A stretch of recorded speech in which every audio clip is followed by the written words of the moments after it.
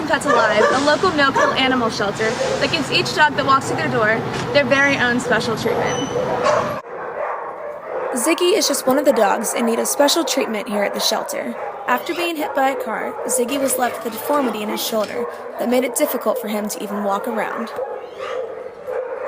But he was in physical therapy for a while. We didn't know if he'd be able to keep his leg because it had popped out of the joint so much. And it looked like it had been like that for a while.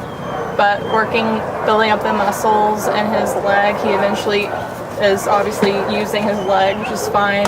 Has a little bit of a limp, but it really doesn't slow him down at all.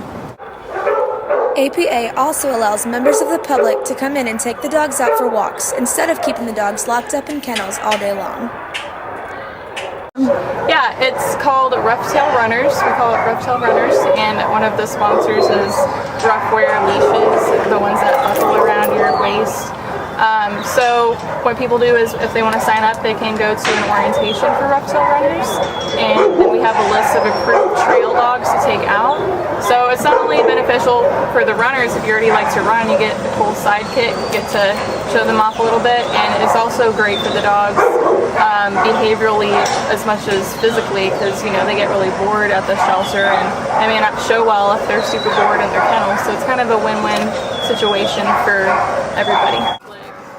APA works to give the dogs a happy home while they're temporarily living at the shelter before being adopted.